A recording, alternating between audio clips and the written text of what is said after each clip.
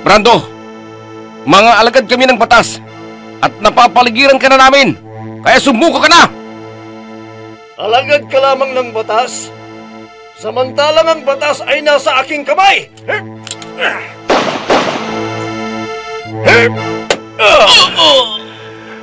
Nagkamali ka ng binangga, kaya katapusan mo na ngayon! Cardo! Anong ginagawa mo dito, Sofia?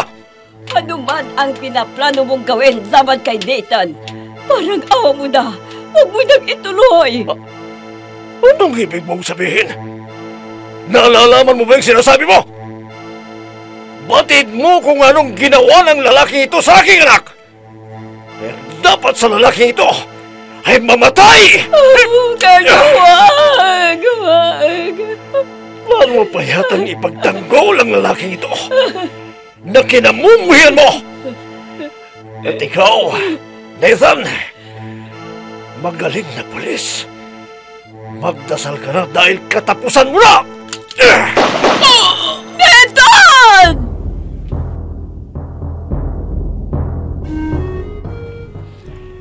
Batas sa aking kamay! Kwento ng paghiganti na bunsod na galit at pagkamuhi nang walang sapat na dahilan sa pagkakamali ng kahapon. Batas sa aking kamay! Mula sa panulat ni Andrea Solar at sa direksyon ni Jun Cabato. Batas sa aking kamay! Inihahandog sa inyo ng F3 Recording Studio para sa pambansang radyo ng Pilipinas, Bombo Radio Philippines.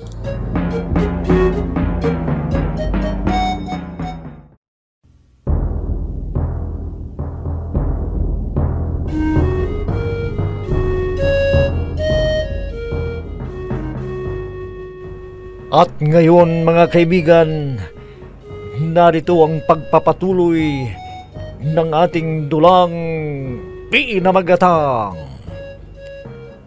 Batas sa aking kamay!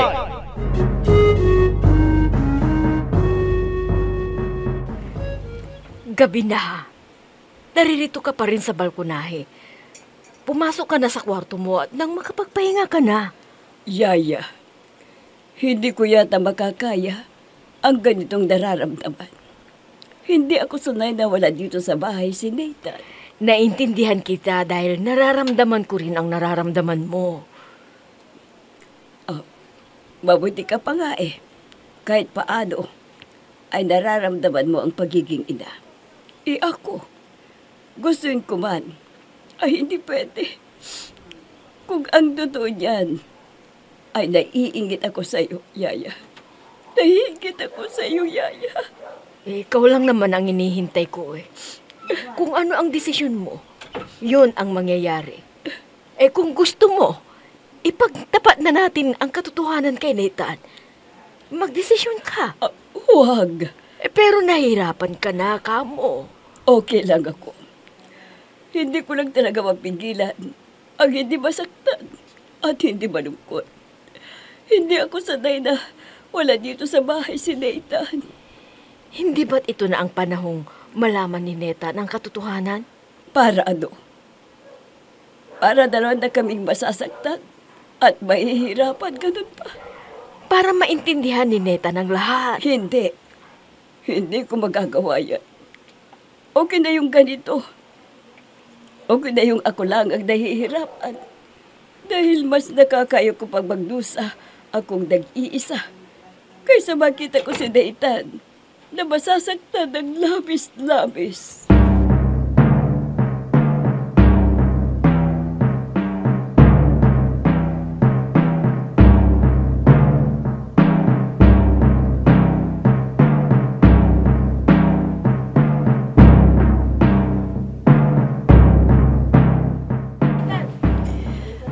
Ang sarap talaga sa part na to, ano? Ang tahi-tahimik at ang presko ng hangin. Ang ganda talaga ng pakiramdam, ano, Nathan? Tama natin sinabi mo. Pero mas gagandang pakiramdam kung Kung ano, yung sinabi mo sa akin kanina. O di ba nangako ka sa akin na sinabi ko lang yon, pero hindi ako nangako. Kaya pwede ko ring bawiin ang sinabi kong yun, ano. ano? Ikaw talaga kahit kailan binabawi mo mga sinasabi mo. Kasi po, hindi pa po panahon. Ano? Kiss lang, hindi pa panahon? Oo naman. Eh, naku naman. Hindi ko akalain na sa modernong panahon ito ay mayroon pa palang Maria Clara. Hoy, mister, sabihin mo ng lahat ng gusto mong sabihin. Basta, hindi pa ako magpapahalik sa'yo hanggat hindi pa tayo nakakasal. Kasal? Kasal lang bang pumipigil sa'yo? Problema ba yun? O di kahit ngayon, pakakasalan kita. Saan mo gusto? Ha? Saan mo gusto tayo magpapakasal? Naku. Hindi ka pa nga nagpropose sa akin ng kasal. Magpapakasal na tayo. Ha? O diba, hindi mo pa ako inaalok ng kasal, tapos kasal-kasal ng sinasabi mo dyan. Yun lang ba? O di magpo-propose ako sa'yo ngayon. Will you marry me, Mabel? Tumigil ka nga dyan. Ang dami pang problema na dapat nating ayusin eh. Kaya magtrabaho ka muna at mag-ipon. Bumili ka ng lupa at magpapatayo ng bahay at saka mo ako aalukin ng kasal.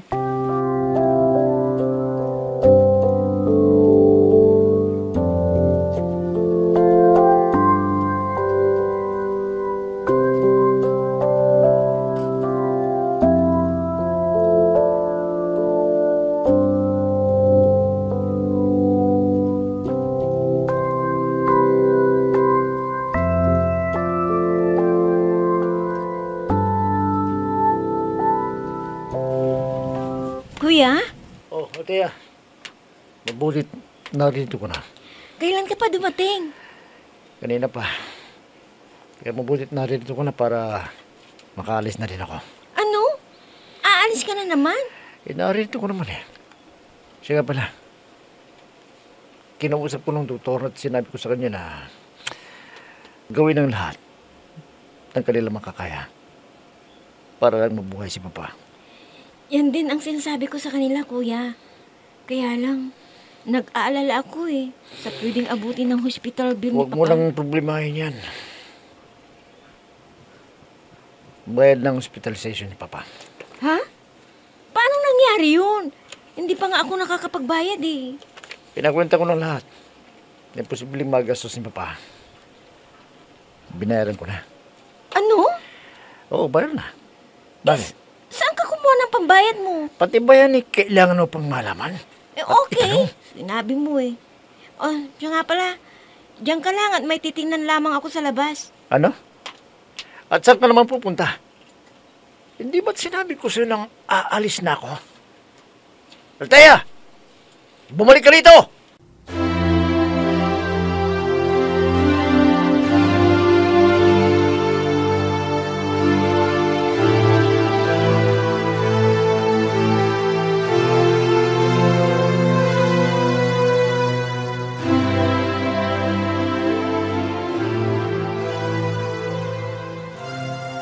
Akala ko ba mahal mo ako?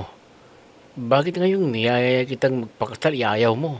Hindi sa ayaw ko, no. Ang gusto ko, nakahanda muna ang lahat bago tayo magpakasal. Tulad ngayon, o anong mangyayari sa atin kung magpapakasal tayo? Wala nga tayong parehong ipon eh.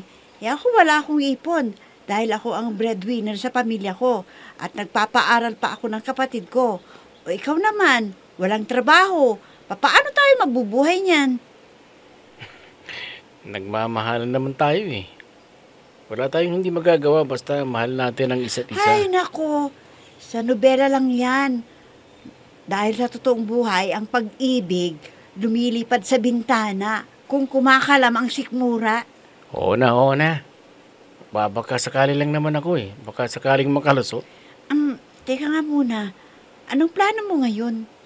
Eh, hindi ko pa nga alam. Dahil ang dati kong plano na magtrabaho ay naudlot nang mabalitaan kong na-hospital si Chief Ricardo Sanchez dahil sa kanyang pagkakabaril.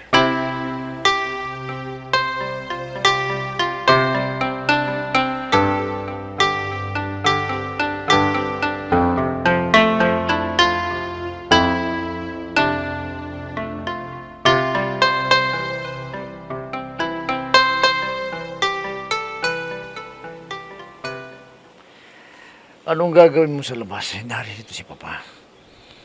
Sino pagbabantay sa kanya, aalis na nga ako. Ngayon ka nga lang makakapiling ng papa eh. May trabaho ako, Althea. Okay, fine. Tingnan ko lamang yung kaibigan ko dito sa labas. Yung nadatnang ko dito kanina, manliligaw mo ba yan o boyfriend mo lang? Sa lawahan pala yung boyfriend mo. Dinadalaw ka nga rito pero may kasama namang babaeng iba. Oh, ikaw na bahala rito. At magpapaligaw ka rin lang sa lalaking sa lawahan pa. Kung hindi lang ito ospital nasuntok ko na lalaking yun Si Nathan ba ang tinutukoy mo? Hindi nanliligaw sa akin si Nathan. Bakit At siya naririto? Anong ginagawa niya rito? Siyempre, kaibigan ko eh. Kinumusta ako nang malamang naririto sa ospital si Papa. Alam mo, wala akong tiwala sa lalaking yun Kaya hanggat makakapay, iwasan mo na siya. Aalis na nga. Bihira naman si Kuya. Hinusgahan ka agad si Nathan nang hindi man lang nakikilala ng lubusan.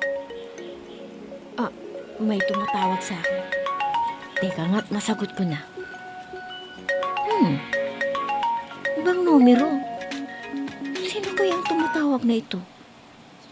Paano niya nakuha ang cellphone number ko? Sagutin ko na nga. Hello?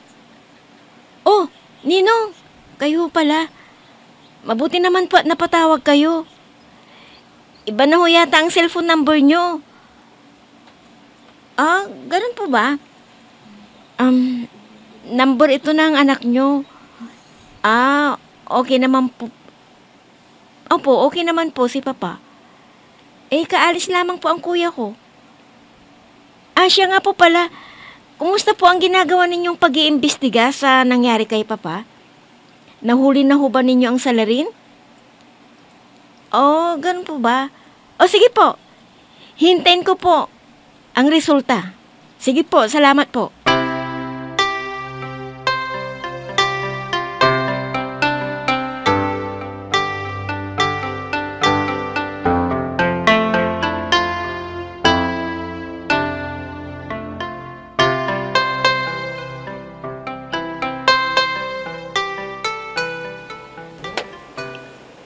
O para ate, ikaw nang bahala dito at ako'y alis na. Ano pa nga ba ang magagawa ka?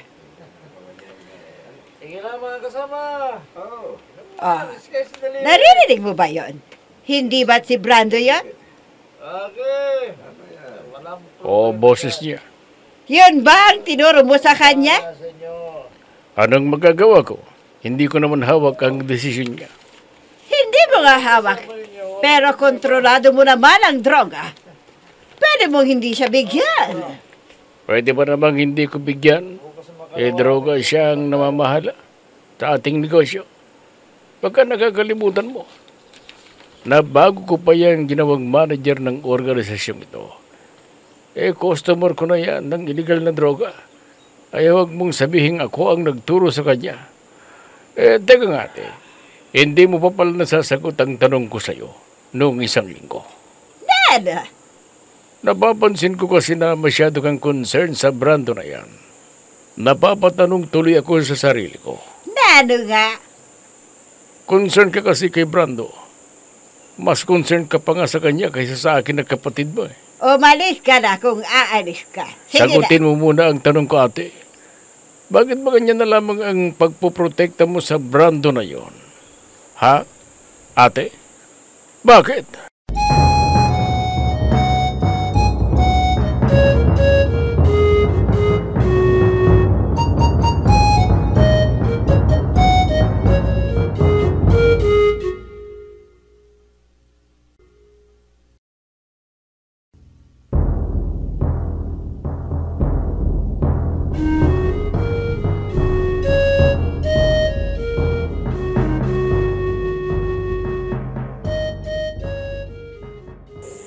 Hindi ka pa talaga sasabay sa akin sa pag-uwi sa bahay. Mauna ka na umuwi. Dadaan pa kasi ako sa presinto. Para ano? Tatanungin ko yung status ko sa pag-a-apply. Bakit mo pa tatanungin? Hindi ba pinagre-report ka na nila? Oo nga. Kaso hindi yun natuloy. Hindi ba dahil sa nangyari? Pinigilan ako ni Ma'am Sophia. Oo nga pala, no? O sige, mauuna na ako Pero pagagaling mo sa presinto, umuwi ka kaagad sa bahay ha. Oo. Teka. Ano yun na yung suki mong tricycle? Tinatawag ka na.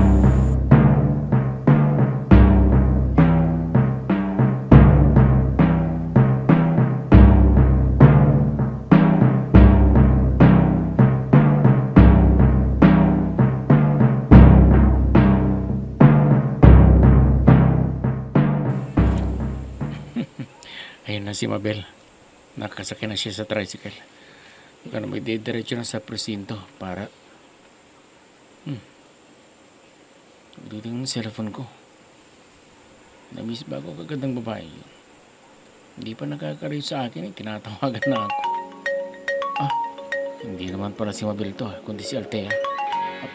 Hello? Althea? Bakit? Nathan? Oh, Althea, napatawag ka. Teka, umiyak ka ba? May masama bang nangyari sa papa mo? Teka, ang mabuti pa. Hintayin mo ako dyan sa hospital at pupuntahan kita ngayon din.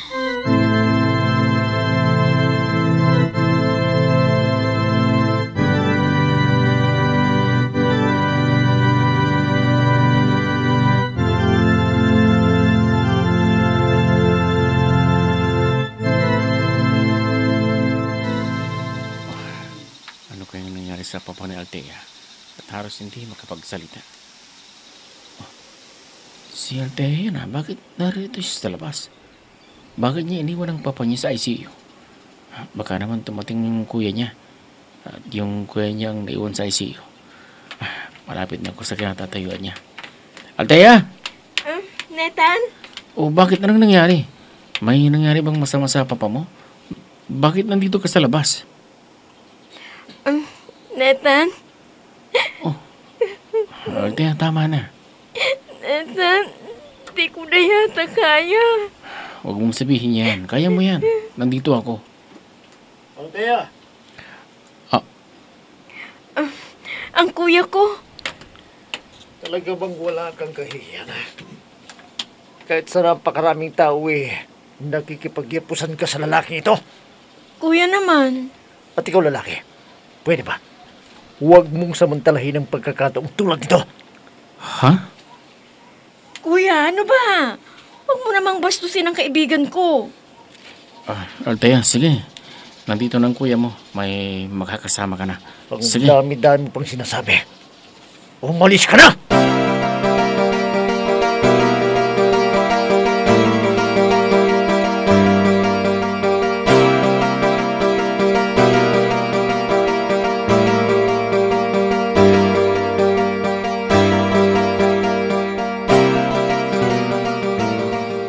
Talaga bang hindi mo na mapigil ang sarili mo sa pakikipaglundian sa lalaking yun, ha? Ayun ka na naman, kuya Inaakusahan mo na naman ako ng hindi totoo Pwede ba? Huwag mo na akong gawing bulag. Kitang-kita ko na diyayakap ka na lalaking yun. Kung wala lang tayo sa loob ng ospital, baka nasa bakura siya. Ilang beses ko bang sasabihin sa'yo na magkaibigan lamang kami ni Nathan? Magkaibigan? Niyayakap ka na Magkaibigan pa rin ba yun? Ha? At hindi na kinahiya? Dito pa sa ospital.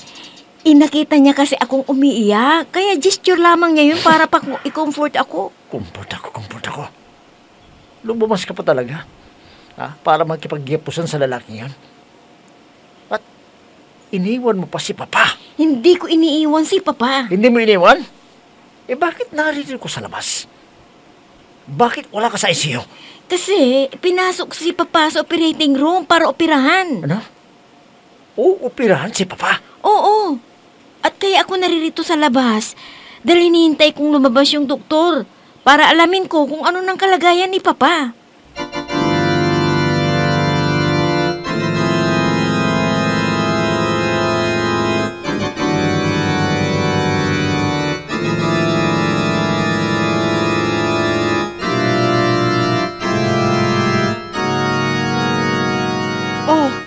bakit ngayon ka lang? Kumusta ang pagpapalo up mo dun sa trabaho mo? Magsisimula ka na ba? Hindi ako nagpunta ng presinto. Ano? Bakit hindi ka nagpunta sa presinto?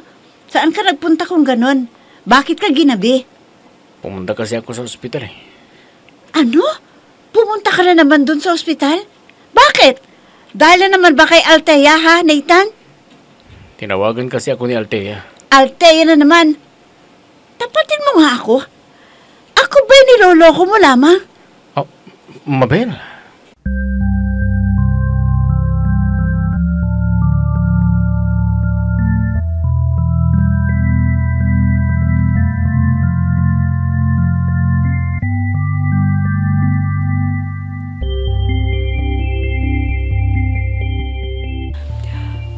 Kumusta na kaya si Nathan? Kumakain pa kaya siya na gusto? May pera kaya siya? Sofia, Yaya, bakit? tumawag ang sekretary mo. Marami ka na raw dapat na pirmahan sa opisina. At hindi sa nakikialam ako, pero naapektuhan ng trabaho mo. Mag-isang linggo nang hindi ka pumapasok sa opisina. Hindi ko yata kaya. Nawala si Nathan dito sa bahay, Yaya. Hindi ko yata kaya. Kaya nga, dapat na nating sabihin sa kanya ang totoo para hindi siya tuluyang magalit sa'yo. Sa palagay ko, panahon na ngayon para ipagtapat mo kay Nathan ang buong katotohanan.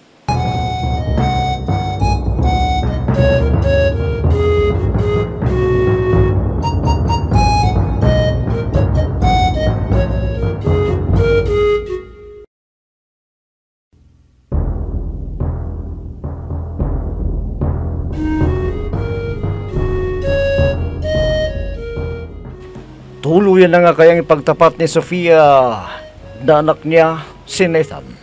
Mga kaibigan, huwag ninyong kaligtaang subaybayan ang pagpapatuloy ng ating dulang pinamagatang Batas sa Aking Kamay!